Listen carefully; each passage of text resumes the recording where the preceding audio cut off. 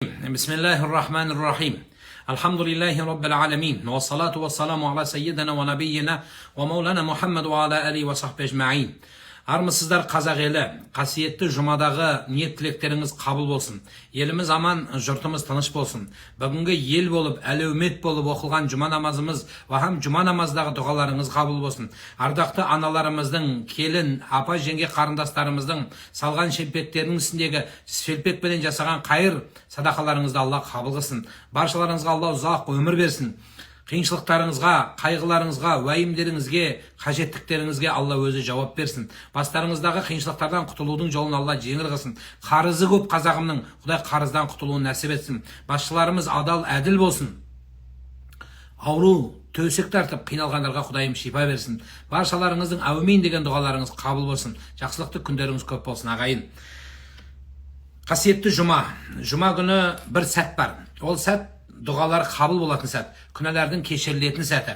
Сондықтан сол сәтке түсіп қалуға Алла сіздерге нәсіп етсін. Оның нақты қай уақыт екенін ешкім білмейді, жаратушы Алла ғана біледі. Сондықтан сол тілектеріңіз қабыл болсын. Исламизация туралы не айтасыз? Дұрыс, тек қана ислам деп, исламның атын жамылып, сәләфилікті таратып жүргендердің ісі дұрыс еместігін айтам. Соны айтқым келеді. Егер сен қисайып тұрсаң, қисықтағыңнан соны түсініп ал.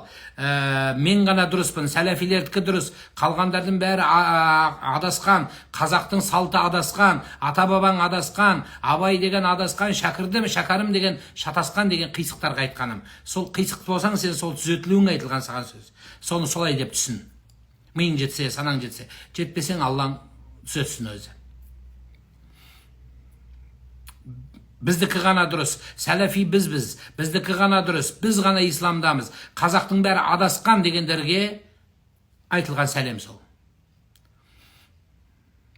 Баланы сүндетке қай айда отырғызған жөн? Көбісі августта отырғызып жатады, шілдеде бола ма? Шілдеде болады. Не үшін августта отырғызады? Өйткені мектепке барған уақытқа дайын болады деген мағына. Некені жаңартады дейді, рас па? 24 жыл болыпты неке. Жоқ, некенің срок годности болмайды. Некенің срок годности 24-25 жылға қимайды. Некенің шарты өлгенше. Өлесің құтыласың, не ажырасың құтыласың. Ондай жоқ. Тез ашуланып, тез резіп жүрмін, не істесем болады. Сариул ада, тезірек көтеріледі, тезірек басылады. Бұл да жақсы дүние емес. Мұсылман адам шама келгенше көтерілмейді. Ал енді бір көтерілсе тезірек басылатын болсын.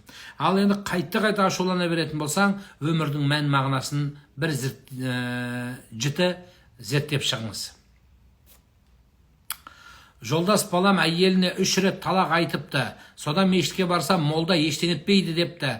Қаншалықты дұрыс. Молданың не нәрсеге сүйенгенін білмейміз. Ол жерде, тем более сен жолдас балаң екен, Нұрлантай, оны білмейміз қандай ахуал болған. Молда екен білген шығар, сондықтан өзі жауап берген шығар, өзі біледі. Сіз оған өз жерде третелесінсіз, 3 талақтың да түсірілгені болады, түсірілмей қалғаны болады. Аға, жолдас балам, оны айттық. Шекті құрбан айт кезінде беру керек па? Міндетті емес, бір Құран оқытып берілу деген сөз. Сүре оқыған кезде Ағуду биллахи минаш шайтанир раджим деп бір рет айтса жеткілікті ма, или оқыған сайын айту керек па? Жоқ, басында бір рет айтсаң жеткілікті. Молдаға барып дем салдыртсам бола ма? Балтып тұрсаң, жақсы, зияны жоқ. Қалыңыз қалай? Аға, сізден сұрайын дегенім, 2 балам бар. Үлкені 3 айдан кейін 4-ке келеді. Кішісі 2 айдан кейін 3-ке келеді. Осы айда сүндеттеуге бола ма? Сәуір айында? Болады, жақсы болады. Жаздың күні сүндеттемейді, өйткені шыбын көп, күн ыстық, терлейді, оның адамның жаңағы денесі жазылуы қиындау болады. Ең жақсы иммунитет қыста болады, и көктемде болады. Сондықтан соған қарап отырғыза беріңіз. На могилке упал гранит. Скажите, пожалуйста, можно восстановить? Проблем нету. То, что изначально было поставлено, если она сломалась, наклонилась, отклонилась, можно исправить. Намазды қаза қылу күнә ма дейді? Әлбетте.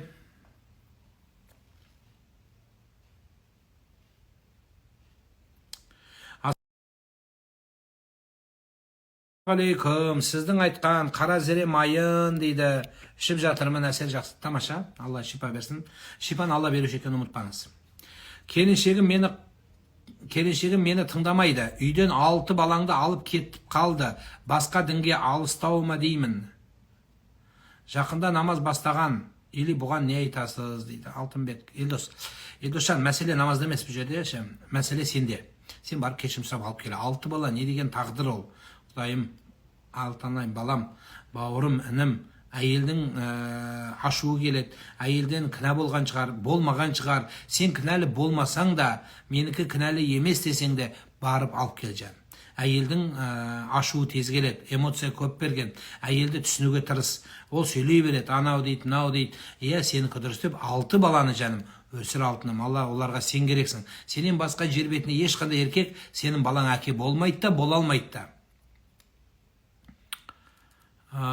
Шәуелдің 6 күн оразасын үзбей жұмада ұстауға болмайды дейді. Қаншалықты рас? Бұл былай. Шәуелдің 6 күнін ұстамай кеп, жұмадан бүгіннен бастасаң макрух болады. Бірақ бәрібір қабыл болады. Үзбей, мысалы сіз бастадыңыз, жұмаға түсіп қалды ортасында. Шықтен етпей, ұстап кете берді. Өйткені қатар ұстап келе жатсыз сіз. Қатар ұстап, күнбе күн ұстап келе жатқан ораза, ортасында 6 күннің ішінде біреуіне жұма түсіп қалса, оразаны тоқтатпайсыз, 6 күні жалғастыра бересіз. Біткеннен кейін бітеді. Бұл макрух болады, ұстамай кеп, нәпіл оразаны жұмадан бастасаң. Түсінікті? Бірақ жұма күні нәпіл ораза ұсталмайды дегені сол. Ал енді сіз алдында бастағыз. Мысалы айтайық, дүйсенбіде бастадың. Дүйсенбі, сейсенбі, сәрсенбі, бейсенбі 4 күн болды. 5-шісі жұма. Жұмаға түсіп тұрсың. Жұмадан да ұстап кете бересіз. Аға, жеңгем бала шағасымен хижаб киеді. Мені төркіндеп барсам жақтырмайды. Сонымен баруға батпай жүрмін дейді.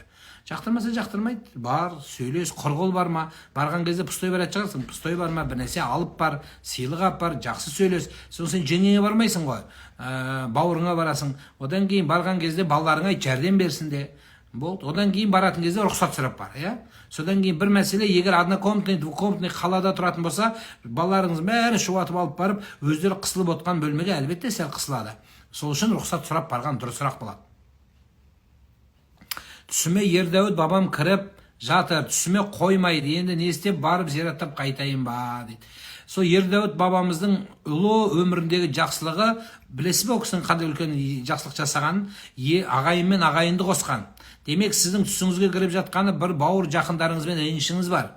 Сол үшін үлкен тұлғалардың кіруі, сол үлкен тұлғалардың өмірінен тәлім алу үшін кіреді алтыным. Сондықтан сол бабамыздың басына зират қылған бір бөлек, ең үлкен зират, соған дұға қылыңыз, Құран оқытыңыз, Құран шығыңыз, одан кейін барып, сол бабамыз сияқты ағайынның басын қосыңыз. Жұма күні оразаны ұстаса, сенбі күні қосып ұстау керек. Жұма күннен бастап ұстаған дұрыс емес бәрібір. Жұмадан бастамасын. Бейсенбіден баста. Шәуәл жұма сенбі тұтсақ бола ма? Бейсенбі жұма тұт. Жұмадан бастап ұстама.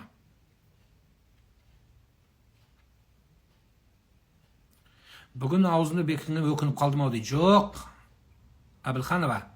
Жоқ жаным, ораза ұстап кете бересің, қабыл боласың. Мен басқа нәрсе айттым, сіз басқаша түсіндіңіз. Жұма намазы уақытысы қалай білеміз дейді. Бесін намаздың уақытысы жаным. Ақида мал туралы айтасыз ба? Ақида деген мол болмайды. Ақиқа деп айтылады. Ол біріншіден. Ақиқа басқа, ақида басқа. Ал енді оны арабша айтудың керегі жоқ. Қазақша айта бер. Ақиқа демей-ақ қалжа дейді қазақта бұны.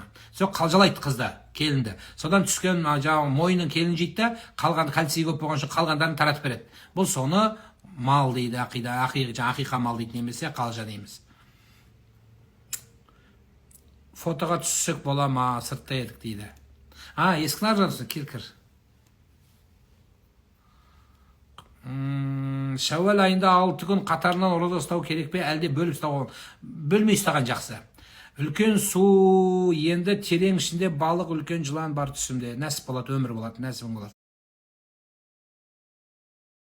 Бір жұмыс бастайын деп атсын, соны баста. Құдай жеңілдік берсін, шипа берсін, амалдық берсін, сіңіз оңға бассын. Сурет па? Бәрін бірақ түсеміз, бөлмей. Жеке-жеке түсіп отырмын. Кефеде отырмын ба? Екеуің ақ па? Тағы біреуді шақыр. Сопылық секта ма? Сопылықты сектаға өткізгендер бар. Қандай мәселе сіздерге? Некеге алдына қай уақытта жазылған? Неке ар жаққа жазыласыздар. Біздің суретке түсіріп жіберші. Отырмелге екеуі. Бер телефонды.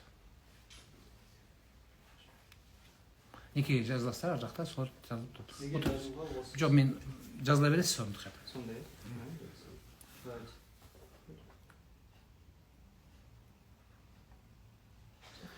Жақсы, ЗАГС бар ма?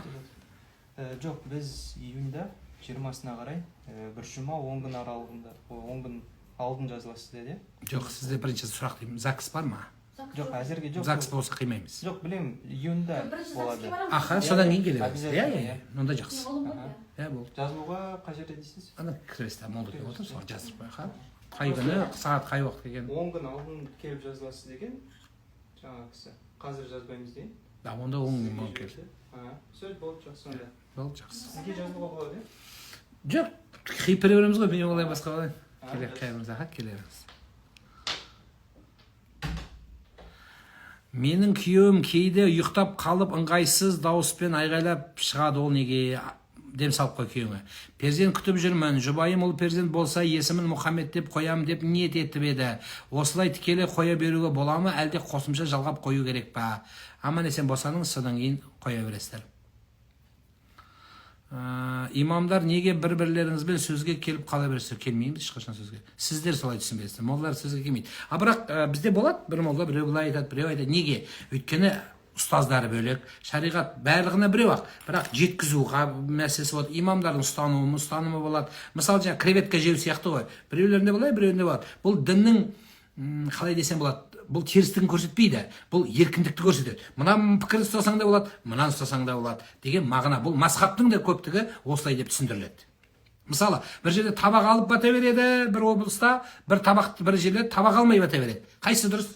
Мысалы айтайық, Қызылордаға барсаң, табақты алып бата береді. Ал солтүстікте табақты алмай бата береді. Сонда қайсысы дұрыс? Қалай ойлайсыз? Сонда қайсысы дұрыс? Екеуі де дұрыс, Екеуі де дұрыс.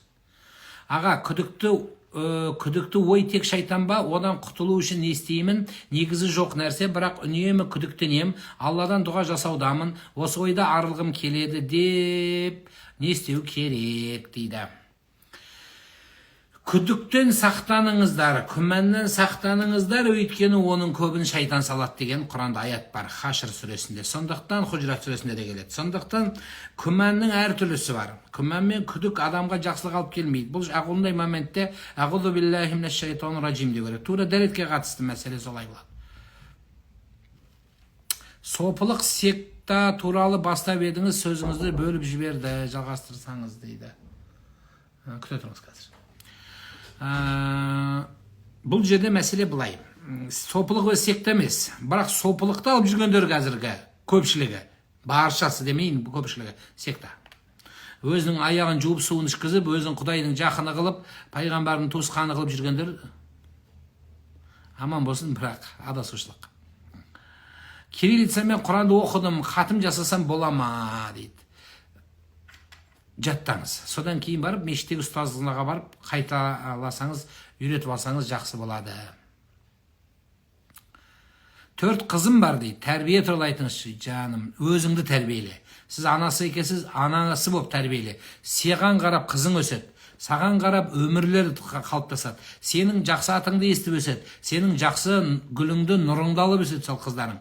Сондықтан қыздарыңның тәрбиесі сіздің тәрбиеңіз. Бірінші өзіңді тәрбиелесең, ұрпағыңды тәрбиелейсің. Сондықтан сол күйеуіңіз бар ма? Сол күйеуін Аллаханға ұста. Сол күйеуін Аллаханға бапта, құрметте, қызметін жаса. Сенің қыздарың соны көріп өссін. Ертең күні барған жерінде олар да ерін Аллаханына салады. Бағашылсын қыздарыңның. 4 қыз бағу деген білесіз бе қандай Құдай бақ берген екен сізге? 4 құдағиыңыз болады. 4 құдағидан бұйырса ұрпақ 4 күйеу балаңыз болады. 4-еуіңіз 8 боласыздар. 8-ден ары қарай ұрпақ көру, немере, шөбере сүюіңізге Алла сізге нәсіп етсін.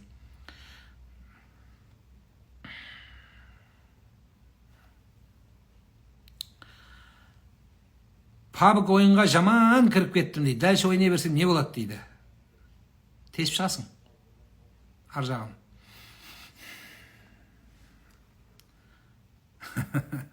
Енді не деп айтайын жарым. Рас қой енді. Өзің түбіне кірсең, енді арған тесіп шығып қалды болды же.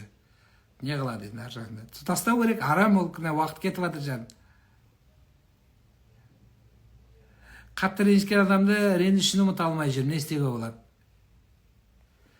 Тәкаппарлық бар сізде, кішәл кібірлік бар, бүйтіп қалған өзіңді бүйтіп, сол кішкене төмен ұстап өзіңді, жақсы болады. Сонда жеңу, бұл нәрсені жеңу, жаңа ренішті кетірудің жолы, ең жақсы жол сол болады. ЗАГС болмаса қимай ма дейді, қимаймыз ЗАГС. ЗАГС болса қимаймыз. Қисаң, алда қыздардың бәрін тастап кетіп жатыр. 36 жас мүшелден кіресіз. Рамазан айында қарыз нәпілі оразаның артынша үзбей шәуелді ұстауға бола ма? Болады. Беті қисайған досыма дем салу керек па? Жоқ.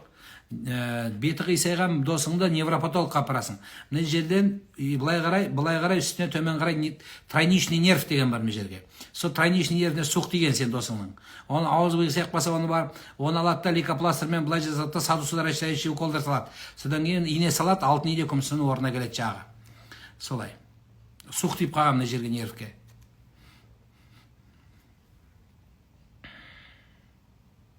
Үйде тіл көзден тазартуға болады. Азан шақыртасы үйде. 2 жасқа келгенше сөйлемеген баланың тілін қой шегімен қалай тартуға болады? Нағашылар дейді. Ой, қойдың шегімен тілін тартпайды.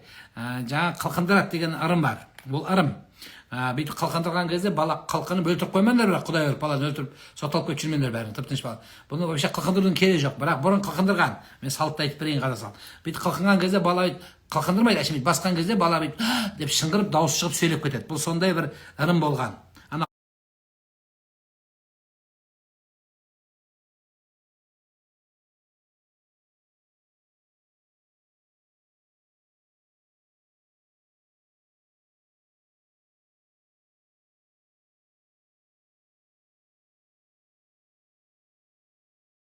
Ана орыстың бір сөзі бар, климом вышибает деген. Қызым, 2 жасар ұлым бар, күнәсі балаларыма тие ма? Бір қызым шетінеп қалған дейді. Әлбетте тиеді ұлыға. Енді қалай десем болады? Үйде некесіз жасасаң, некесіз өмір сүрсең, некесіз тамақ болса, некесіз ішіп жеу болса, әлбетте арам боласың. Неке қидырып ал ботам. Тезірек. Бүгін қидыр, қазір барып қидырасың. Балам 12 жасқа толды, сонда мүшел жасқа кіреді ма? 12-ден 13-ке қараған жасы мүшелге кіреді. 13-ке келген бала уже ары қарай 14-ке ауысады. Амансыз ба? Сұрағым, мешітіңіздегі сенбілік басталады ма? Қашан болады? Келейін деген ниеттен. Ертең келсеңіз болады, ертең 9-ға келе беріңіз.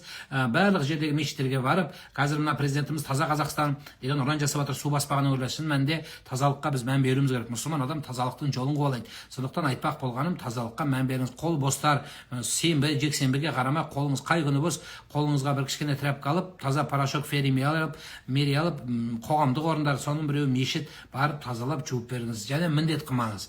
Ананы тауып бер, ферри алып кел, маған мынаны алып кел, шелек қайда, анау қайда деп. Деместен үндемей бәрін алып келіп, көзге көрінбей тез қыздарыңызбен жуып беріп, пылесостап, тазалап берсеңіз, әрбір істеген ісіңіз берекелді болады.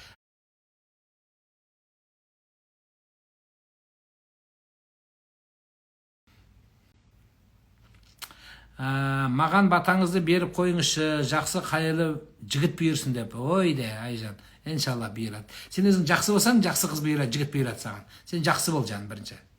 Бірақ өзің жақсымын деп есептей берме, Құранды өз бетімен үйреніп, қате оқыса күнә бола ма? Сол сөйтіп жүре берсең күнә болады. Сол өзің бетімен үйрендің, енді мешітке барып, имамдарға, ұстаздарға көрсетіп